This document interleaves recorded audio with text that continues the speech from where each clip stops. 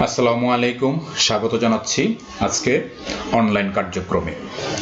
আজকে তোমাদের সামনে আমি আলোচনা করব উচ্চ মাধ্যমিক অর্থনীতির প্রথম অধ্যায়ের একটি গুরুত্বপূর্ণ টপিকস, উৎপাদন সম্ভাবনা রেখা। উৎপাদন সম্ভাবনা রেখার ভিতরে কতগুলো জিনিস আমি আলোচনা করব। সেটা হলো কি, যে প্রথমেই উৎপাদন সম্ভাবনা রেখা বলতে কি বুঝো। উৎপাদন সম্ভাবনা রেখা সূচি, অর্থাৎ আমরা যেহেতু বলা আছে এখানে উৎপাদন সম্ভাবনা রেখা, সুতরাং এই রেখার মূল ভিত্তিটা হলো উৎপাদন সম্ভাবনা সূচি, এই রেখার সূচি। ঠিক আছে।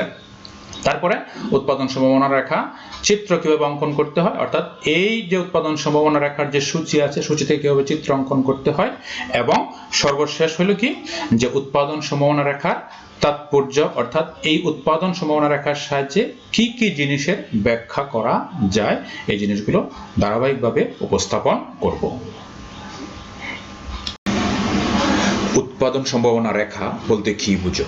উৎপাদন সম্ভাবনা রেখা হলো এমন একটি রেখা যে রেখার বিভিন্ন বিন্দুতে নির্দিষ্ট পরিমাণ সম্পদ ও চলতি প্রযুক্তি সাপেক্ষে দুটি উৎপন্ন দ্রব্যের বিভিন্ন সংমিশ্রণ প্রকাশ পায়। যেমন এই যে চিত্রে A B C D E F বিন্দু সমন্বয়ে গঠিত যে রেখাটি আছে, এই অর্থাৎ এ এফ রেখা একটি উৎপাদন সম্ভাবনা রেখা। এই রেখার মধ্যে অসংখ্য বিন্দু আছে। প্রতিটি বিন্দুতে কি প্রকাশ পায়, এই যে দুটি দ্রব্যের কি কি দ্রব্য, এখানে কাপড় আর হলো খাদ্য। কাপড় এবং খাদ্যের বিভিন্ন সংমিশ্রণ এই বিন্দুগুলোতে প্রকাশ পায়। যেমন এখানে যে বিন্দুগুলো উল্লেখ করা আছে সেটা হলো কি, যে একটি বিন্দু, এ বিন্দুতে কি উল্লেখ করা আছে, উল্লেখ করা আছে এখানে যত উপকরণ আছে সমস্ত উপকরণগুলো ব্যবহার করে, অর্থাৎ এই অর্থ ব্যবস্থার ভিতরে যত উপকরণ আছে, এই দেশের ভিতরে যত উপকরণ আছে সমস্ত উপকরণগুলো ব্যবহার করে সর্বোচ্চ এই বিন্দু থেকে শুরু করে এই বিন্দু, অর্থাৎ 15 লক্ষ মিটার কাপড় উৎপাদন করা যাবে, আর খাদ্য উৎপাদনের পরিমাণ হবে 0। একইভাবে যদি আমরা এফ বিন্দুতে ব্যাখ্যা করি তাহলে কি হবে, যে এই উৎপাদন ব্যবস্থায় যত উৎপাদনের উপকরণ আছে সমস্ত উপকরণ ব্যবহার করে 5 লক্ষ টন খাদ্য উৎপাদন করা যাবে, আর কাপড় উৎপাদনের পরিমাণ হবে 0 পরিমাণ। কিন্তু অন্য যে কোনো বিন্দুতে যেমন বি বিন্দুতে কি করা যায়, বি বিন্দুতে উৎপাদনের উপকরণের সর্বোচ্চ ব্যবহার করে কত 14 লক্ষ মিটার কাপড় আর হইল 1 লক্ষ টন খাদ্য উৎপাদন করা যায়। এইভাবে সি বিন্দু ব্যাখ্যা করা যায়, ডি বিন্দু ব্যাখ্যা করা যায়, ই বিন্দু ব্যাখ্যা করা যায়। ই বিন্দুতে কি হয়, ই বিন্দুতে 5 লক্ষ মিটার কাপড় এবং কত 4 লক্ষ টন খাদ্য উৎপাদন করা যায়। মূল কথা হইল, উৎপাদন সম্ভাবনা রেখা হইল এমন একটি রেখা যে রেখার বিভিন্ন বিন্দুতে কি প্রকাশ পায়, এই যে একটি দ্রব্য দুটি দ্রব্যের উৎপাদনের বিভিন্ন সমন্বয় প্রকাশ পায়। আর সেটা হয় কি, যে প্রযুক্তি আছে, যে সম্পদ আছে, এই চলতি প্রযুক্তি এবং নির্দিষ্ট পরিমাণ সম্পদের সাপেক্ষে দুটি দ্রব্যের উৎপাদনের বিভিন্ন সমন্বয় প্রকাশ পায়।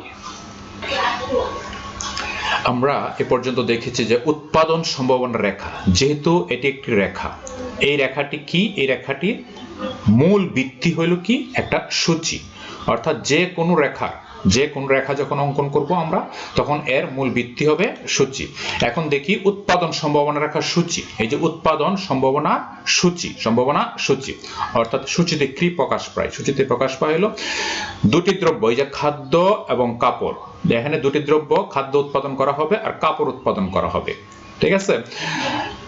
এই যে খাদ্য এবং কাপড় উৎপাদন করা হবে, আর এগুলো হলো সম্ভাবনা বিন্দু। কি হবে, যে এ বিন্দুতে, অর্থাৎ যে উৎপাদন সম্ভাবনা রেখা অঙ্কন করব, সেই রেখার এ বিন্দুতে কি পরিমাণ খাদ্য আর কি পরিমাণ কাপড় উৎপাদন হবে। অর্থাৎ এ বিন্দুতে 0 লক্ষ টন খাদ্য আর হলো কাপড় উৎপাদন হবে 15 লক্ষ মিটার।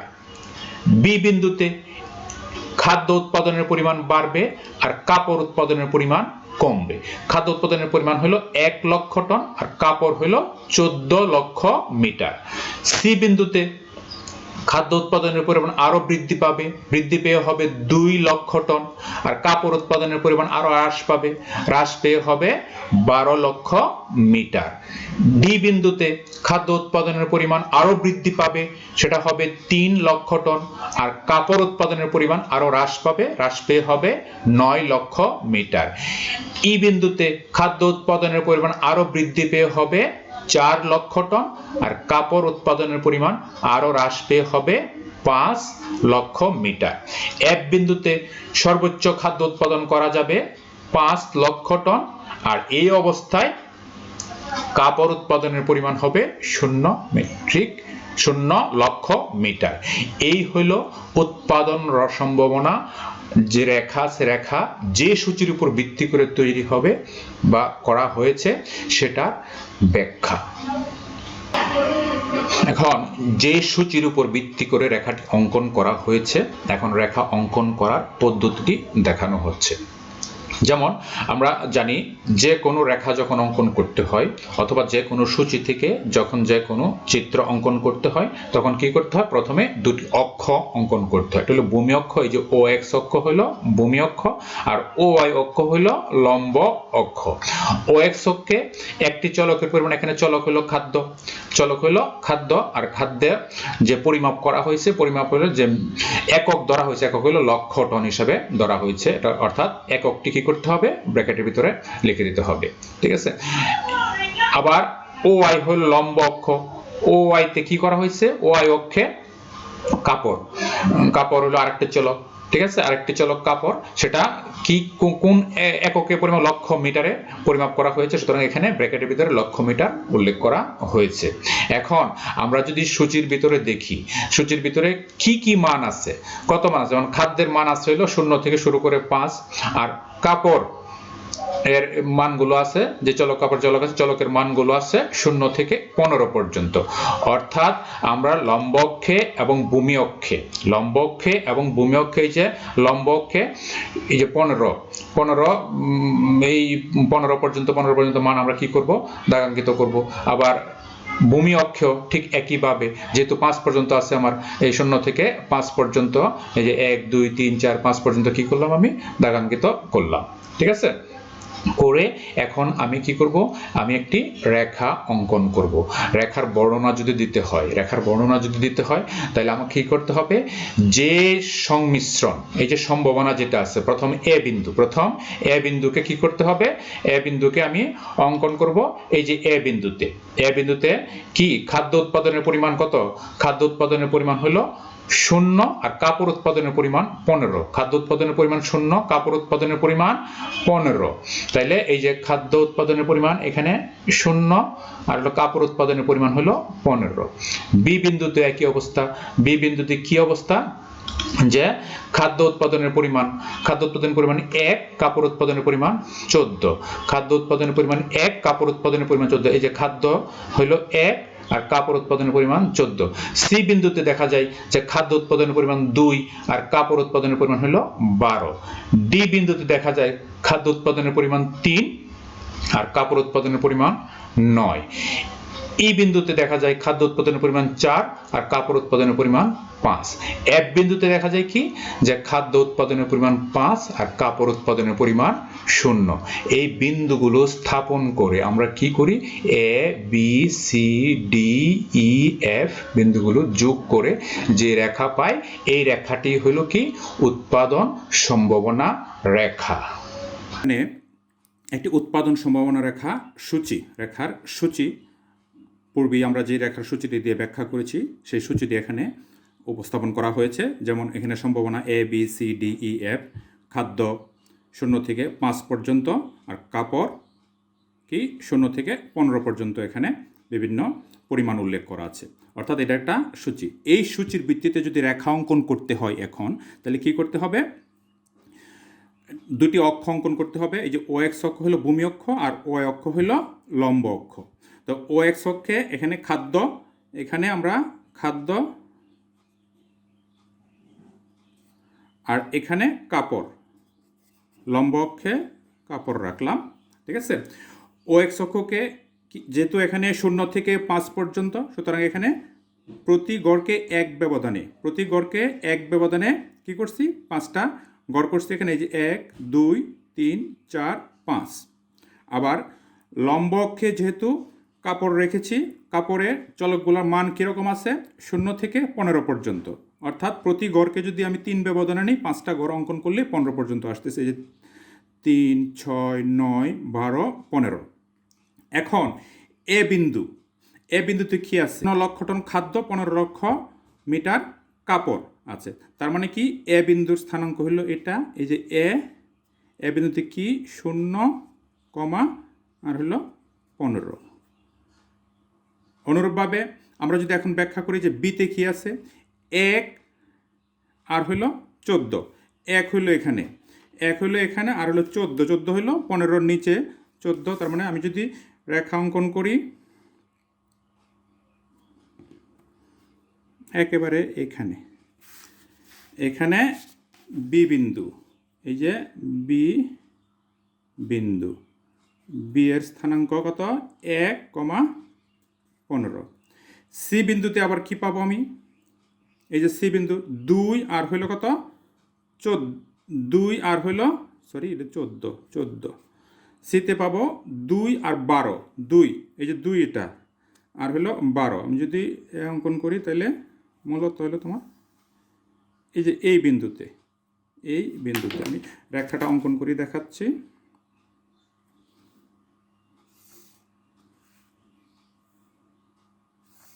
দুই আর হইল 12,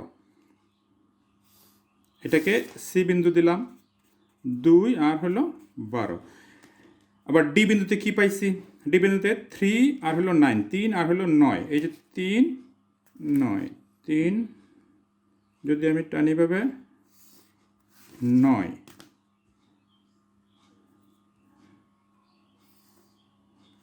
সি বিন্দু 3,9। ডি বিন্দুতে, সরি এটা ডি বিন্দু, ই বিন্দুতে 4 আর হলো 5, এই যে 4 আর হলো 5, 5 কোন জায়গায়, 6-এর 1 ঘর নিচে।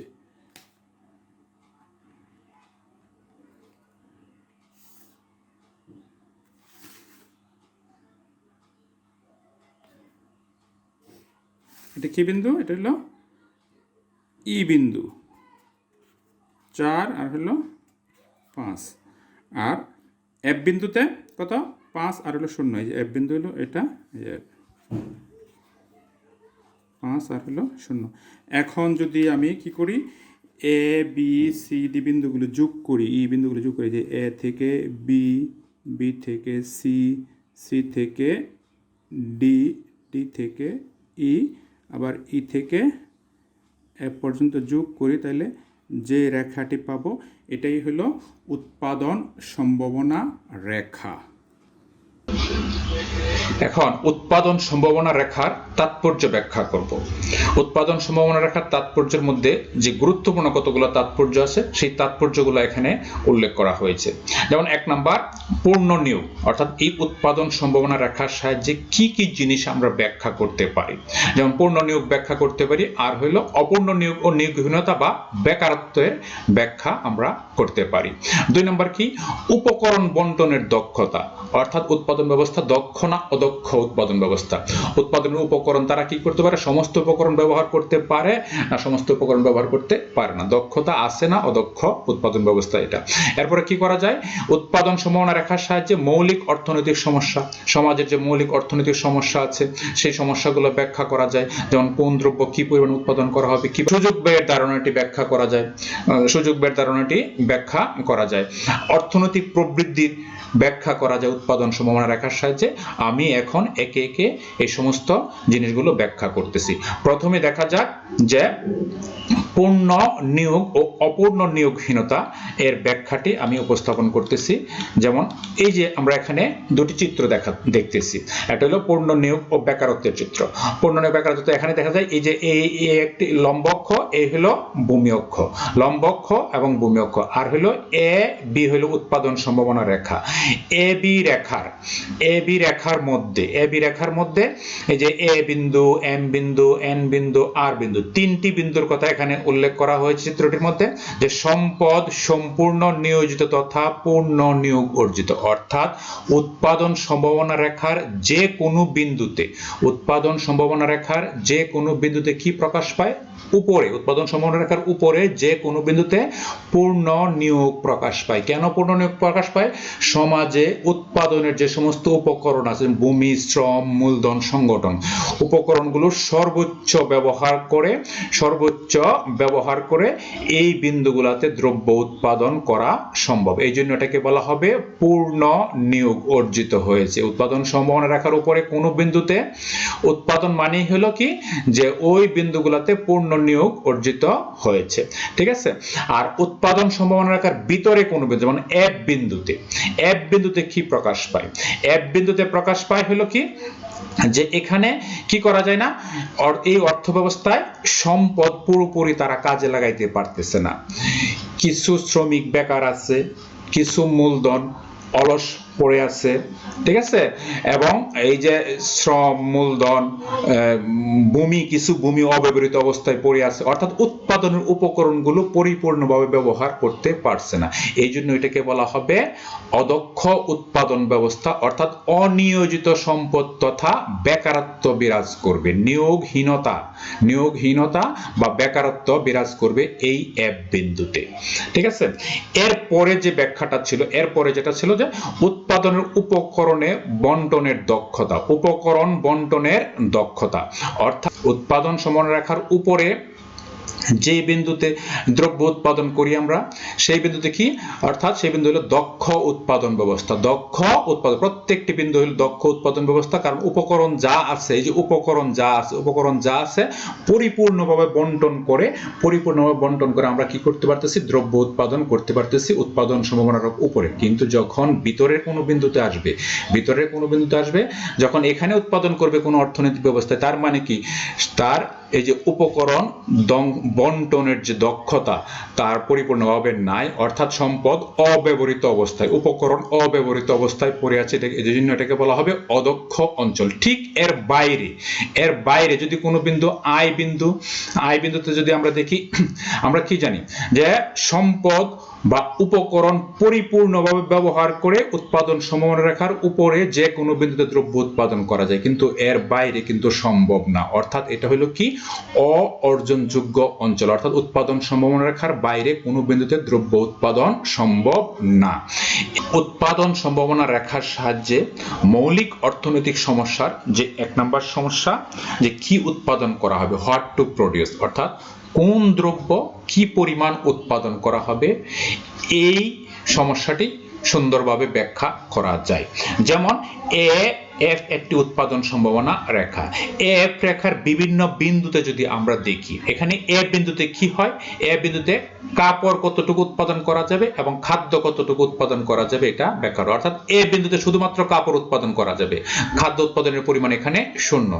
তার মানে কি উৎপাদন করা হবে? কাপড় উৎপাদন করা হবে। আবার যদি এফ বিন্দুর ব্যাখ্যা আমি দেই, এখানে এফ বিন্দুতে কি প্রকাশ পায়? এফ বিন্দুতে কি প্রকাশ পায়? শুধুমাত্র খাদ্য উৎপাদন করা হবে, এখানে শুধুমাত্র খাদ্য উৎপাদন করা হবে 5 লক্ষ টন, কাপড় উৎপাদনের পরিমাণ হবে 0। আবার যদি এই যে এই বিন্দুগুলো বি, সি, ডি, এই সমস্ত বিন্দুগুলো যদি আমি ব্যাখ্যা করি, তাহলে দেখা যায় কি, যে এই বিন্দুতে যদি বলা হয় এখানে কি উৎপাদন করা হবে, তাইলে দেখা যায় যে এখানে দুটি দ্রব্য উৎপাদন করা হবে, এবং সাথে সাথে কি পরিমাণ উৎপাদন করা হবে সেটাও কিন্তু এখানে সুন্দরভাবে ব্যাখ্যা করা যায় উৎপাদন সম্ভাবনা রেখার সাহায্যে। অর্থাৎ উৎপাদন সম্ভাবনা রেখার সাহায্যে মৌলিক অর্থনৈতিক সমস্যার যে 1 নম্বর সমস্যা, যে কোন দ্রব্য কি পরিমাণ উৎপাদন করা হবে বা কি উৎপাদন করা হবে, হোয়াট টু প্রডিউস, এটা খুব সুন্দরভাবে ব্যাখ্যা করা যায়। দ্বিতীয়ত যে জিনিসটা, যে সুযোগ ব্যয়, আমরা ইকোনমিক্সে সুযোগ ব্যয়ের একটি ধারণা বা অপরচুনিটি কস্টের একটি ধারণা আমরা পাই। কি ধারণা সেটা? যে একটি দ্রব্যের উৎপাদন বৃদ্ধি করতে হলে অন্য দ্রব্যের উৎপাদন কি পরিমাণ ত্যাগ করতে হয়। এই যে একটার উৎপাদন বৃদ্ধি আর হলো আরেকটার উৎপাদন ত্যাগ করা, একটা উৎপাদন বাড়ানোর জন্য অন্য দ্রব্যের উৎপাদন কি করতে ত্যাগ করবে, এই ত্যাগকৃত পরিমাণটাই হলো সুযোগ ব্যয়। যেমন আমরা এই যে এটা উৎপাদন সম্ভাবনা রেখার সাহায্যে ব্যাখ্যা করা যায়। যেমন আমরা যদি বি বিন্দু থেকে সি বিন্দুতে যদি আমরা দেখি যে বি বিন্দু থেকে যখন সি বিন্দুতে যাওয়া হয় তখন কি হয়, এখানে যে এখানে খেয়াল করো যে বি বিন্দুতে কাপড় উৎপাদনের পরিমাণ 14 একক থেকে 14 লক্ষ মিটার থেকে হ্রাস পেয়ে সি বিন্দুতে আসছিল 12 লক্ষ মিটার, অর্থাৎ ত্যাগ করছে কত 2 লক্ষ মিটার কাপড় উৎপাদন হ্রাস পেয়েছে এখানে। কিন্তু এর বিপরীতে বৃদ্ধি পেয়েছে কত, বৃদ্ধি পেয়েছিল 1 লক্ষ টন খাদ্য উৎপাদন বৃদ্ধি পেয়েছে। তার মানে কি 1 লক্ষ টন খাদ্য উৎপাদন বৃদ্ধির জন্য কি পরিমাণ কাপড় উৎপাদন ত্যাগ করতে হয়েছে, ত্যাগকৃত দ্রব্যের পরিমাণ হলো 2 লক্ষ মিটার। সুতরাং সুযোগ ব্যয় হলো এখানে কত 2 লক্ষ মিটার। কিসের জন্য সেটা, যে একটি দ্রব্যের উৎপাদন বৃদ্ধির জন্য অপর দ্রব্যের উৎপাদন কি করতে হয়েছে, ত্যাগ করতে হয়েছে। অর্থাৎ উৎপাদন সম্ভাবনা রেখার সাহায্যে সুযোগ ব্যয়ের ধারণাটি ব্যাখ্যা করা যায়। উৎপাদন সম্ভাবনা রেখার সাহায্যে একটি দেশের অর্থনৈতিক প্রবৃদ্ধি ব্যাখ্যা করা যায়। যেমন উৎপাদন সম্ভাবনা রেখা যদি এই যে এখান থেকে এ বি একটি উৎপাদন সম্ভাবনা রেখা, চিত্র 1 এর মধ্যে এ বি একটি উৎপাদন সম্ভাবনা রেখা, যদি সেই রেখাটি এ ড্যাশ এবং বি ড্যাশ হয়, A1 এবং B1 হয়, অর্থাৎ এটা উপরের দিকে শিফট করলে ডান দিকে স্থানান্তরিত হলে তখন সেখানে কি হয়, অর্থনৈতিক প্রবৃদ্ধি হয়েছে ব্যাখ্যা করা যায়। কেন প্রবৃদ্ধি হয়েছে, যে আগে এই বিন্দুগুলোতে দ্রব্য উৎপাদন করা যেত, অর্থাৎ উৎপাদনের পরিমাণ ছিল এই বিন্দুগুলোতে, এখন যেহেতু এটা উপরের দিকে স্থানান্তরিত হয়েছে সুতরাং এখানে যে পরিমাণ উৎপাদন হবে এখানে তার চেয়ে বেশি পরিমাণ উৎপাদন হবে, এখানে যে পরিমাণ উৎপাদন হবে এখানে তার চেয়ে বেশি পরিমাণ উৎপাদন হবে, এখানে তার চেয়ে বেশি পরিমাণ উৎপাদন হবে, এখানে যে পরিমাণ উৎপাদন হবে এখানে তার চেয়ে বেশি পরিমাণ উৎপাদন হবে। অর্থাৎ এই দেশে উৎপাদনের পরিমাণ বৃদ্ধি পেয়েছে। আর একইভাবে যদি উৎপাদন সম্ভাবনা রেখা বাম দিকে স্থানান্তরিত হয়, নিচের দিকে স্থানান্তরিত হয়, তখন এটাকে বলা হবে অর্থনৈতিক অবনমনের কথা বলা হবে। অর্থাৎ প্রবৃদ্ধি এখানে কি হয়েছে, হ্রাস পেয়েছে। যেমন এ বিন্দুতে যে পরিমাণ দ্রব্য উৎপাদন করা যাবে A2 বিন্দুতে কি হবে, উৎপাদনের পরিমাণ কম হবে। বি বিন্দুতে যে পরিমাণ উৎপাদন হবে B2 বিন্দুতে উৎপাদনের পরিমাণ কি হবে, আরো কম হবে।